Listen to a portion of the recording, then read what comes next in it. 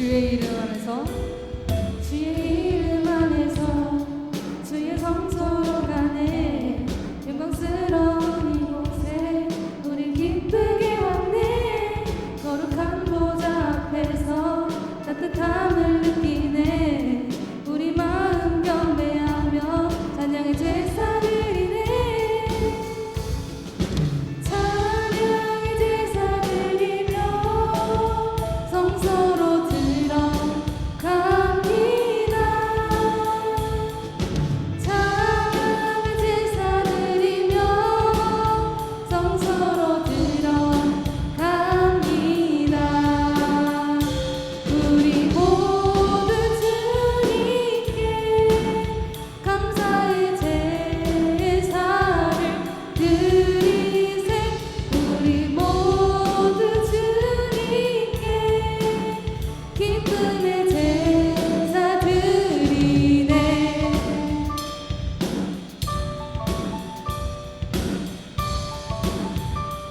주의 말씀 주시고 주의 말씀 주시고 우리 감사드리네. 주의 날개 그늘 밑 우린 피난처되네. 주의 길을 따르며 우리 주께 순종해. 모든 상황 속에서도 찬양의 제사 드리네. 찬양의 제사 드리며 성소로 들어갑니다. 찬양의 제사 드리며 성소로 들어갑니다. 우리 모두 주님께 감사의 제사를 드리세. 우리 모두 주님께 기쁨의 제사 드리. 우리 모두 주님께 우리 모두 주님께 감사의 제사를 드리세. 우리 모두 주님께 기쁨의 제사 드리네.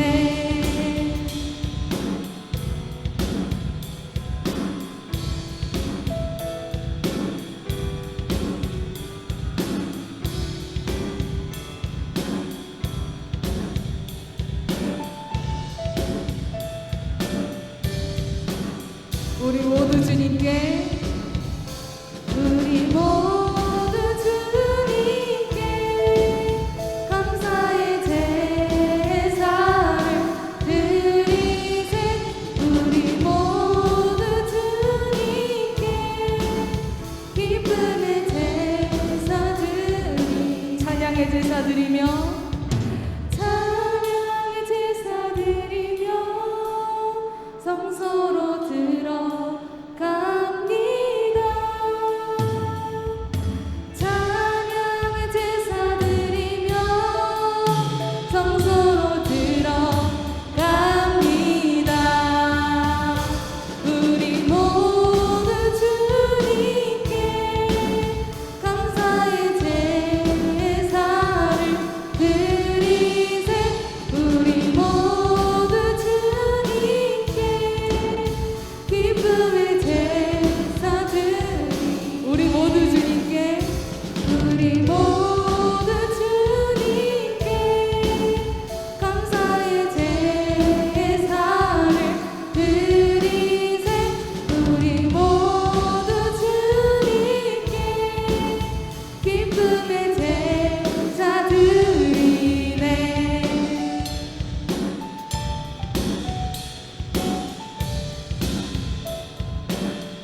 우리 기쁨의 박수 올려드립시다. 아멘. 주를 위한 이곳에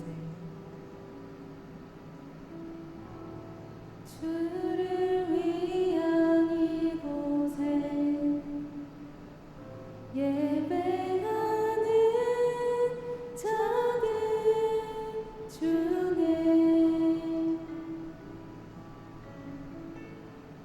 그가 찾는 이 없어.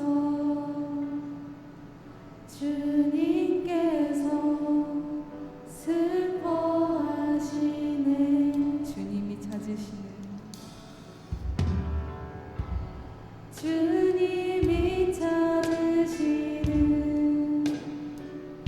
그 한 사람 그의 대장 내가 그 사람 되길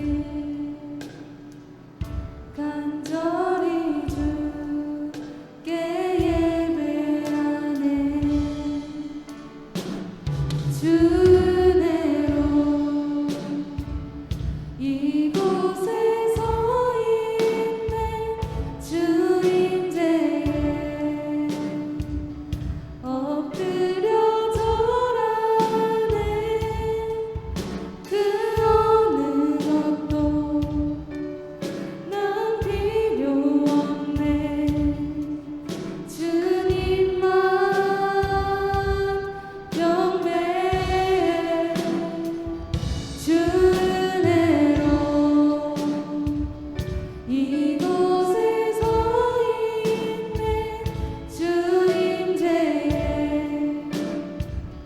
엎드려 절하네 그 어느 것도 난 필요 없네 주님만 경배해 주를 위한 이곳에 주를 위한 이곳에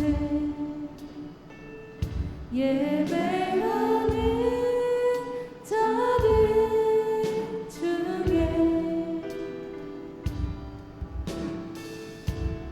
그가 찾는 이 없어 주님께서 슬퍼하시네 주님이 찾으시는 주님이 찾으시는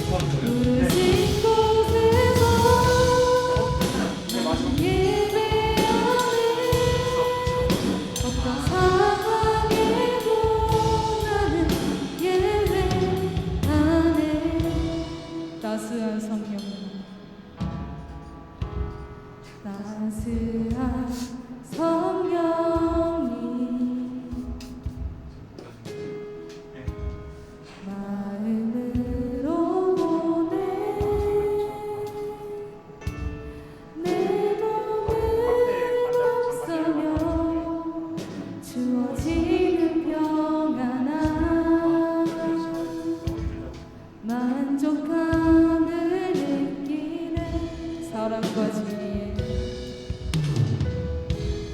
사랑과 진리에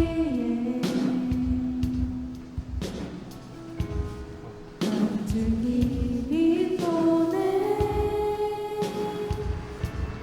내가 늘 감싸며 주어지는 평안함 그 사랑을 느끼네 부르신 곳에서 나는 예배하네 어떤 상황에도 나는 예배하네 부르신 곳에서 나는 예배하네 어떤 상황에도 나는 예배하네 내가 걸어갈 때 내가 걸어갈 때 길이 되고 살아갈 때 삶이 되는 그곳에서 예배하네 내가 걸어갈 때 길이 되고 살아갈 때 삶이 되는 그곳에서 예배하네 부르신 곳에서 나는 예배하네 어떤 상황에도 나는 예배하네 부르신 곳에서 나는 예배하네 어떤 상황에도 나는 우리 목소리로 고백합시다 부르신 곳에서 부르신 곳에서 나는 예배하네 어떤 상황에도 나는 예배하네 부르신 곳에서 나는 예배하네 어떤 상황에도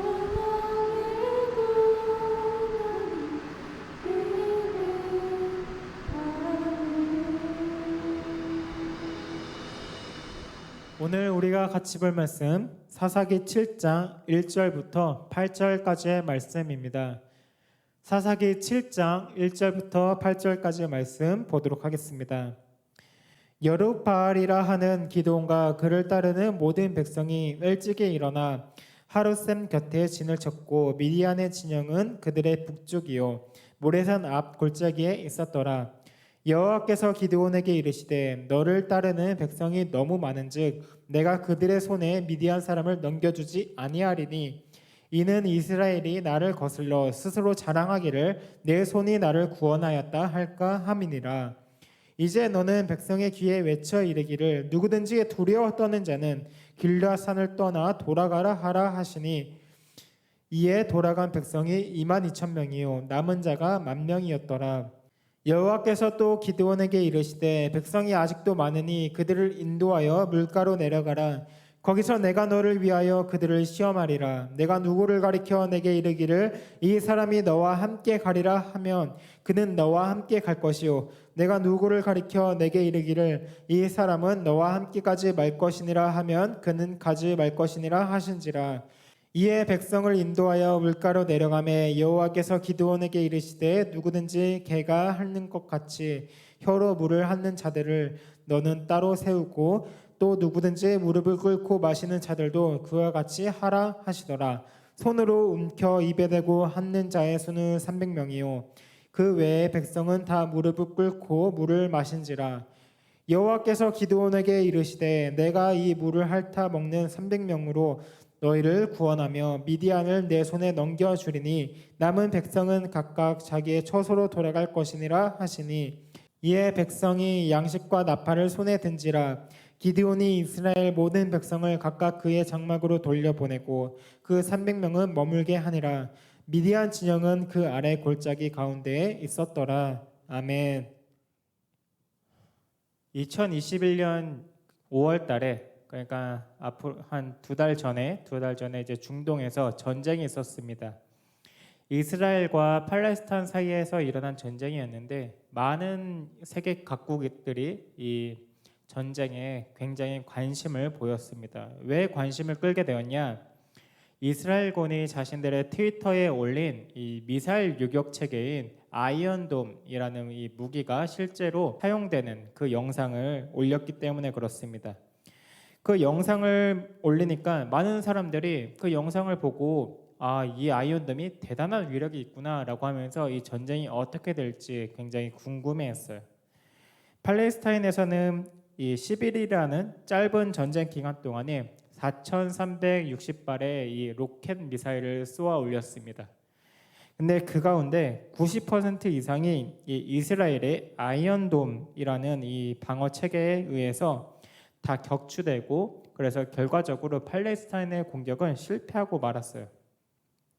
결과적으로 이 전쟁은 11일 만에 이스라엘의 승리로 끝났습니다. 제가 이 이야기를 하는 것은 저는 여기서 뭐 이스라엘 옳다, 뭐 팔레스타인 옳다, 뭐 이런 것들을 이야기하고 싶은 것이 아니라 제가 여기서 눈여겨본 것이 있기 때문에 그렇습니다. 그게 무엇이었냐면은 바로 사람들의 반응이었습니다. 저도 5월 달에 유튜브에서 이 아이언돔이 실제로 사용되는 그 영상을 제가 봤어요. 몇 개 이렇게 신기해서 찾아봤는데 그 영상을 보면은 마치 미사일이 밤하늘에 이제 폭죽처럼 그냥 펑펑 하고 막 이렇게 터진단 말이에요. 그걸 보면서 와, 되게 신기하다. 미사일을 저렇게 요격시키는 거구나라고 이렇게 구경을 막 하면서 보았는데 그 가운데서 제 눈길을 끄는 것이 한 가지가 있었는데 그게 무엇이었냐면 바로 이스라엘 사람들의 반응이었어요. 하늘에서는 이제 로켓 미사일이 이렇게 막 날아오는 것들이 보이고 그것들을 이제 요격하기 위해서 또 이스라엘 아이언돔에서 쏘아 올린 그 미사일이 이렇게 마주치는 그런 모습들이 하늘에서 벌어지고 있는데 땅 밑에 있는 사람들의 반응이 어떠하냐면은 그냥 가만히 서서 이렇게 위를 보고 미사일 온다 맞췄다 터졌어 약간 막 이런 식으로 굉장히 그냥 가만히 멀뚱멀뚱 구경을 하는 거예요. 아니 미사일이 자기한테 떨어지면은 생명을 잃을 수 있는 그 위기의 상황인데 그냥 사람들이 가만히 서서 지켜보는 모습이었다고요. 심지어 자신의 그 SNS에 올리기 위해서 막 핸드폰으로 막 영상을 막 이렇게 막 촬영하고 막 그런 사람들이 있었어요. 그런 것들을 보면서 아니 저 사람들은 어떻게 저럴 수 있을까? 그 이유가 무엇일까? 저는 그걸 생각하게 되었습니다. 그거는 아마 자신들이 갖고 있는 그 아이언돔 90% 이상의 그 팔레스타인에서 쏘아 올린 그 로켓 미사일을 다 격추시키는 그것에 대해서 자신들이 이 아이언돔을 믿기 때문에 그냥 가만히 도망가지 않고 구경하는 것이었어요. 로켓 미사일로부터 자신들을 보호해 줄 것이라는 그 확실한 믿음. 이처럼 최고의 무기를 가지고 있는 것만으로 사람들은 안심을 한다라는 것입니다. 그래서 세계 각국은 계속해서 무기를 개발하고 더 최신의 무기, 더 좋은 무기를 가지기 위해서 힘을 쓰고 있습니다. 기독교인, 우리가 예수 그리스도를 믿는 우리가 필요로 하는 최고의 무기는 무엇일까요? 우리가 가지고 있는 최고의 무기는 무엇일까요? 현대 이스라엘 사람들은 아이언돔이라는 무기로 안심을 얻은 것처럼 우리가 반드시 승리할 수 있다고 나를 지켜준다고 확신할 수 있는 그 최고의 무기가 무엇일까요? 저는 오늘 우리가 이 사사기의 말씀을 가지고 우리가 가지고 있는 최고의 무기가 무엇인지 알아보기 원합니다. 사사기 7장의 내용은 기드온과 300명의 사람들이 미디안 사람들과 싸워서 승리하는 내용이 담겨져 있습니다. 그 가운데서 특히 이 7장의 내용은 이 300명의 사람을 선발하는 내용을 담고 있어요. 보통 일반적인 상식으로 전쟁을 할 때 아니면은 그냥 싸울 때 대부분 물량 앞에는 장사가 없다고 수가 많으면 많을수록 유리한 것이 상식입니다. 그런데 하나님께서는 특이하게도 이 기드온 앞에 많은 사람들이 모였는데 그 사람들을 다 내보내고 고르고 골라서 300명만 선출을 하십니다. 그러면 적인 미디안도 한 그 정도밖에 숫자가 없나? 라고 생각할 수 있습니다. 왜냐하면 일반적인 상식에는 그래도 상대방보다 수가 어느 정도 많은 게 좋고, 만약에 줄였다고 치면은 그래도 비슷한 숫자 정도는 돼야 된다라고 생각을 하기 때문에 그렇습니다. 그런데 미디안 사람들의 숫자는 얼마나 됐냐면 13만 5천 명이었습니다. 아니, 처음에 기드온과 함께 싸우겠다고 온 사람들이 그래도 3만 2천 명이 되었는데, 그런데 하나님은 이 가운데서 줄여서 300명만 남기셨다라는 거예요. 아니, 도대체 하나님은 왜 그러시는 거야? 라고 생각할 수 있죠. 그 이유가 무엇일까요? 그 이유에 대해 2절에서 이렇게 말합니다. 여호와께서 기드온에게 이르시되 너를 따르는 백성이 너무 많은즉 내가 그들의 손에 미디안 사람을 넘겨주지 아니하리니 이는 이스라엘이 나를 거슬러 스스로 자랑하기를 내 손이 나를 구원하였다 할까 함이니라. 뭐라고 쓰여 있습니까? 너희 숫자가 너무 많은데, 너희 숫자가 너무 많기 때문에 내가 너희에게 미디안 사람들을 넘기지 않을 거야 라고 말씀하세요. 그 이유가 무엇입니까? 이스라엘이 나를 거슬러 스스로 자랑하기를 내 손이 나를 구원하였다 할까 함이니라. 그러니까 하나님께서는 기드온과 함께 모인, 싸우겠다고 모인 그 3만 2천 명이 만약에 싸워서 승리를 하게 되면 너희가 자만해서 내 힘으로 승리했다라고 할 것이 뻔하기 때문에 내가 그렇게 하지 않겠다라는 것입니다. 하나님께서는 이스라엘의 승리는 바로 나에게 달려있다라는 것을 보여주시기 위해, 그렇게 자랑하지 못하도록 하기 위해 숫자를 줄이시는 것입니다. 3절을 보면은 하나님께서는 이제 하나님을 믿지 못하고 두려워 떠는 자들은 다 내보내라고 하십니다. 그래서 떠나간 사람들이 2만 2천 명입니다. 3만 2천 명에서 2만 2천 명이 떠나가서 이제 1만 명이 남았어요. 1만 명 대 13만 5천. 숫자 차이가 좀 많이 나죠. 한 13배 정도. 그렇게 차이가 나도 그래도 해볼만 하다라고 할 수 있는 숫자입니다.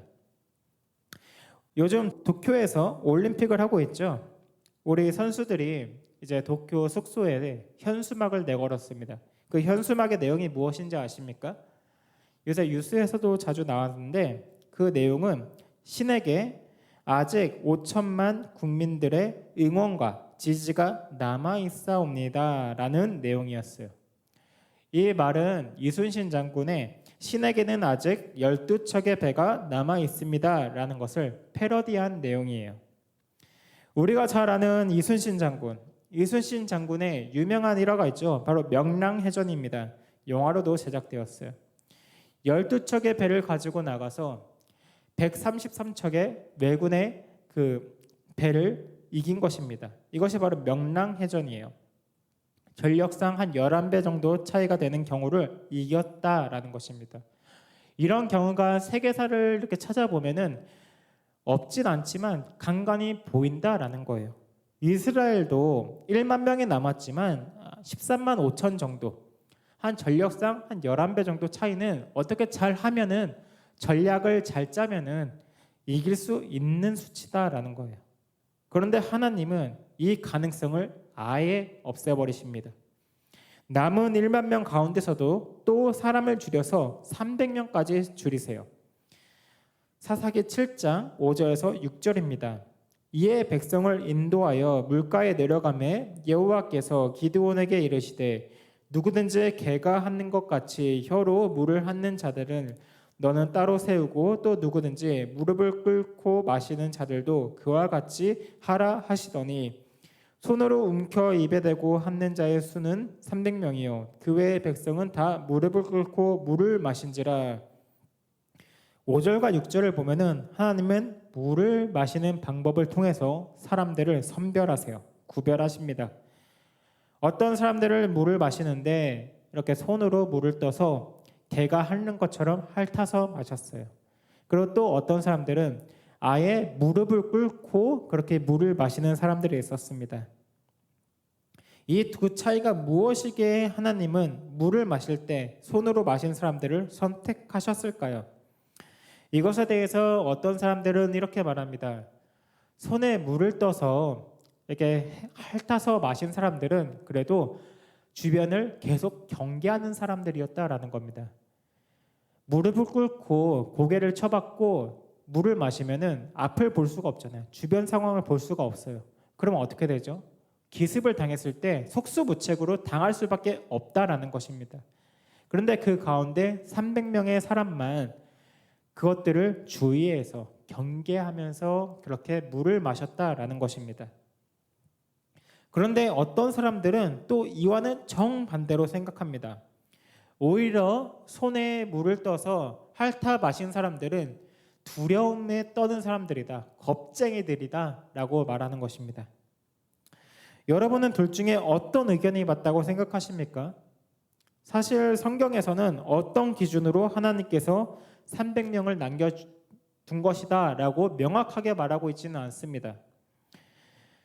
그렇지만 많은 사람들이 보통 이렇게 생각을 해요. 300명만 남겨둔 것은 그 300명이 전쟁을 하기에 적합한 사람들이다. 어떤 상황에서도 주변을 경계하는 준비된 사람들이기 때문에 하나님께 선택을 받았다라고 생각을 합니다. 그런데 저는 그렇게 생각하지 않습니다.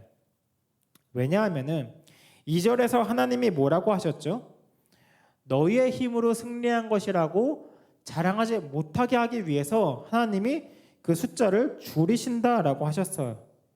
그렇다면은 경계를 잘하는 사람이기에 전쟁에 적합한 사람이기 때문에 훈련된 사람이기 때문에 300명을 선택하셨다라고 하면은 그 사람들의 내가 준비가 잘 되었기 때문에 내 힘으로 내가 구원했다라고 말할 수 있지 않겠어요? 그러면은 다르게 말하면 무엇이냐? 하나님의 의도대로라면 이 사람들이 겁쟁이기 때문에 그냥 마음 편히 물도 마실 수 없을 만큼 그렇게 겁에 질려 있는 사람들이기 때문에 하나님께서 이 사람들을 택했다라고 보시는 게 맞다라는 것입니다. 사실 이 의견이 어떻게 돼도 어떻게 보면은 또 상관이 없어요. 왜 그러냐면은 사실 300명이 뭐 훈련이 잘 되어 있든 되어 있지 않든 그게 별로 상관이 없는 게 이 사람들하고 싸울 사람들이 13만 5천이기 때문에 그래요. 300명이라는 숫자는 너무나도 작아서 그 사람들이 아무리 훈련이 잘 되어 있어도 일반적으로는 13만 명이나 되는 사람들을 이길 수가 없는 상황이다라는 거예요.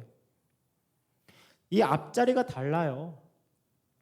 300명만 남은 상황에서 도대체 무엇을 할 수 있겠습니까? 아무리 뛰어난 무기를 가지고 탁월한 전략을 세운다고 해도 300명을 가지고 어떻게 13만 명을 이기냐 이것이죠. 이순신 장군도 12척의 배를 가지고 이 왜군의 133척을 물리쳤을 때 비율로 치면은 11배의 전력차가 나는데 이긴 거예요. 그런데 이스라엘과 미디안의 전력차는 450배예요. 말도 안 되는 수치라고요. 이걸 어떻게 이깁니까? 게다가 우리가 이순신 장군 하면은 동시에 떠오르는 게 뭐가 있습니까? 거북선이 있어요. 좋은 무기가 있었다고요. 아주 좋은 무기가 있었기 때문에 왜군의 배를 물리칠 수 있었다. 우리는 그 사실을 알고 있습니다. 그런데 이스라엘이 가지고 있는 무기는 무엇이었을까요? 7장 8절을 보면은 이에 백성이 양식과 나팔을 손에 든지라 기드온이 이스라엘 모든 백성을 각각 그의 장막으로 돌려보내고 그 300명은 머물게 하니라. 미디안 진영은 그 아래 골짜기 가운데에 있었더라. 칼이나 창 이런 무기를 가지고 있어도 모자를 파네. 지금 이스라엘 손에 들려있는 무기는 뭐예요? 나팔이요. 아니 지금 최고로 잘 되는 그런 검이나 상대방이 오기 전에 어떻게 찌를 수 있는 견제할 수 있는 그런 긴 창을 갖고 있어도 모자를 파네. 아니 나팔로 도대체 뭘 할 수 있어? 라고 생각할 수 있습니다. 정말 난감한 상황이에요. 지금 손에 든 거랑은 나팔하고 자기들이 먹을 양식밖에 없다라는 것입니다. 그런데 하나님께서는 놀랍게도 이런 이스라엘이 가지고 있는 나팔을 통해서 승리하도록 하십니다. 하나님은 기드온과 그 300명을 100명씩 셋으로 나누어서 이 미디안 사람들이 진치고 있는 곳, 머물고 있는 그곳을 삥 둘러서 에워싸도록 하십니다. 그리고 신호를 하면은 동시에 나팔을 불게 하셔서 이스라엘이 승리하도록 하세요. 이스라엘이 하는 일이라고는 이번 전쟁에서 그냥 나팔 부는 거 말고는 한 일이 없어요. 그럼에도 불구하고 이스라엘이 승리하게 된다라는 것입니다. 사사기 7장 22절을 보면은 300명이 나팔을 불 때 여호와께서 그 온 진영에서 친구끼리 칼로 치게 하심으로 적군이 도망하여 스레라의 벨시다에 이르고 또 답밭에 가까운 아벨무홀라의 경계에 이르렀으며, 여기서 중요한 것이 무엇이냐? 바로 하나님께서는 이 미디안 사람들의 마음에 공포를 심어 넣으셨다라는 것입니다. 두려움을 주어서 서로 싸우게 하셨다라는 것입니다. 근데 웃긴 게 무엇이죠? 이 300명이 어떤 사람들이었어요? 이 300명의 사람들은 그래도 하나님의 의지에서 하나님과 함께 싸우겠다고 남은 사람이었어요. 남은 사람들이었지만 이들은 자기가 쉴 때, 아직 전쟁을 하기도 전에 물조차 제대로 마실 수 없는 그런 사람들이었어요. 언제 미디안 사람들이 우리를 공격해 올지 모른다. 그래서 두려운 마음에 전전긍긍하면서 그냥 물도 이렇게 조금 떠갖고 이러면서 그냥 핥아서 마시는 그런 사람들이었습니다. 근데 그런 사람들을 하나님께서 사용하셔서 오히려 미디안 사람들 13만 명이나 되는 그 사람들 마음에 두려움을 넣어서 그 사람들끼리 서로 싸워서 이스라엘이 승리하도록 하셨다라는 것입니다. 우리는 이 기드온의 이야기를 이순신 장군의 이야기처럼 적은 수로 많은 적을 이긴 그런 영웅담으로 보아서는 안 됩니다. 하나님은 이 이야기가 사람의 영웅담이 되는 것이 아니라 바로 지금 이 시대를 살아가고 있는 우리에게 교훈을 해주시기 위해서 이 이야기를 성경 속에 남겨두신 거예요. 어떤 교훈을 주시기 위해서 이 내용을 남겨두셨을 거예요. 바로 현재 우리가 살아가면서 치르게 되는 영적 전쟁의 교훈을 주기 위해서입니다. 영적 전쟁은 눈에 보이는 어떤 칼과 창, 총을 쏘고 미사일을 쏘고 그런 전쟁이 아닙니다. 우리의 마음 속에서 일어나고 있는 아주 치열한 전쟁이에요. 왜냐? 우리는 이 세상을 살아가면서 꼭 두 가지의 갈림길에 놓이기 때문에 그렇습니다. 그것이 무엇이냐면은 매 선택의 순간마다 내가 세상을 따를 것인지 아니면은 하나님을 따를 것인지 결정해야 하는 그것이 바로 영적 전쟁이다라는 것입니다. 왜 그렇습니까? 우리의 마음은 항상 둘 중 하나를 선택해서 우리 마음을 채우고 있어야 하기 때문에 그렇습니다. 하나님께서는 말씀하셨습니다. 너희가 재물과 하나님을 겸하여 섬길 수 없다. 둘 중 하나를 반드시 선택해야 한다라고 말씀하셨습니다. 그리고 우리의 마음은 그냥 우리가 텅 빈 상태로 둘 중 아무것도 선택하지 않은 상태로 남아있을 수도 없어요. 반드시 무엇인가 우리 마음 안에 차지하고 있고 우리가 그것을 따라 살게 되어 있다라는 것입니다. 그런 우리가 이 세상의 유혹을 이겨내고 하나님을 따라 살아가는 삶, 영적 전쟁에서 승리하기 위해서 필요한 것이 있다면 그것이 바로 최고의 무기입니다. 그것이 무엇이냐? 에베소서 6장 11절에서 18절입니다. 제가 이 내용이 좀 기니까 빠르게 읽겠습니다. 마귀의 관계를 능히 대적하기 위하여 하나님의 전신갑주를 입으라. 우리의 씨름은 혈과 육을 상대하는 것이 아니요 통치자들의 권세들과 이 어둠의 세상의 주관자들과 하늘에 있는 악의 영을 상대함이라. 그러므로 하나님의 전신갑주를 취하라. 이는 악한 날에 너희가 능히 대적하고 모든 일을 행한 후에 서기 위함이라. 그런즉 서서 진리로 너희의 허리띠를 띠고 의의 호신경을 굳히고 평안의 복음이 준비한 것으로 신을 신고 모든 것 위에 믿음의 방패를 가지고 이로써 능히 악한 자의 모든 불화살을 소멸하고 구원의 투구와 성령의 검 곧 하나님의 말씀을 가지라. 모든 기도와 간구를 하되 항상 성령 안에서 기도하고 이를 위하여 깨어 구하기를 항상 힘쓰며 여러 성도를 위하여 구하라. 에베소서 6장에서는 우리에게 말합니다. 전신갑주를 입으라. 근데 전신갑주의 내용이 무엇입니까? 14절에 진리, 15절에 복음, 16절에 믿음, 17절에 구원의 말씀, 18절에 기도와 간구와 같은 것들이 우리가 이 세상에서 싸우는 영적 전쟁을 치르는 데 있어서 그것이 바로 최고의 무기다라고 성경은 말합니다. 최고의 무기라고 해서 뭐 기대했는데 이게 뭐예요? 라고 우리는 실망할 수 있어요. 사실 많은 사람들이 성경에서 말하는 이 최고의 무기라고 말하는 것을 보면서 실망합니다. 왜냐하면 별거 아닌 것 같거든요.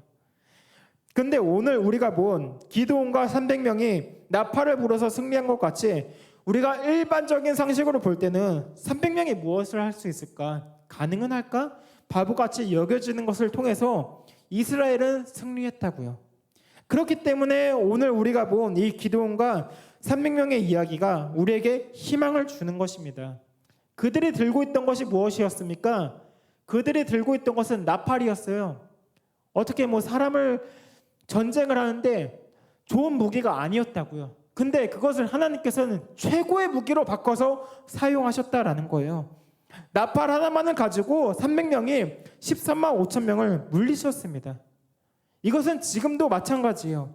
진리, 복음, 믿음, 구원의 말씀, 기도와 간구 같은 무기는 우리 눈에 보기에는 아무것도 아닌 것처럼 보일 수 있지만 영적 전쟁에 있어서는 이것이 바로 최고의 무기다라는 것입니다. 우리가 이것을 믿으며 나아가야 해요. 이것이 우리가 성경을 보는 이유입니다. 우리는 300명이 이겼다고 하면은 300명이 일당 100, 한 명에서 100명을 상대하고 한 명에서 1000명을 상대할 수 있는 잘 훈련된 사람이 있기 때문에 그렇게 할 수 있었다라고 우리는 생각하기 쉽습니다. 그런데 하나님의 방식은 그런 방식이 아니다라는 것을 성경은 계속해서 우리에게 알려주고 있는 거예요. 300명이 어떤 사람이었습니까? 잘 훈련된 사람이었습니까? 아니죠. 오히려 잘 훈련된 게 아니라 전쟁에 나가면 안 되는 사람들, 두려움에 떠는 사람들이었습니다. 그런데 하나님은 이 두려워 떠는 300명을 데리고 가서 13만 5천 명을 두려움에 떨게 하시고 서로 싸워서 300명이 승리하도록 하셨다고요. 우리가 보기에는 아무것도 아닌 것들이 최고의 무기가 될 수 있었던 것은 바로 하나님께서 우리와 함께 하시기 때문에, 우리를 사용하시기 때문에 그렇습니다.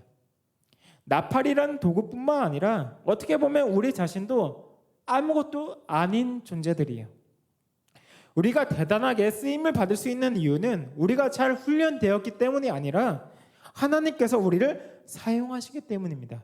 우리가 위대한 것이 아니라 하나님께서 위대하신 거예요.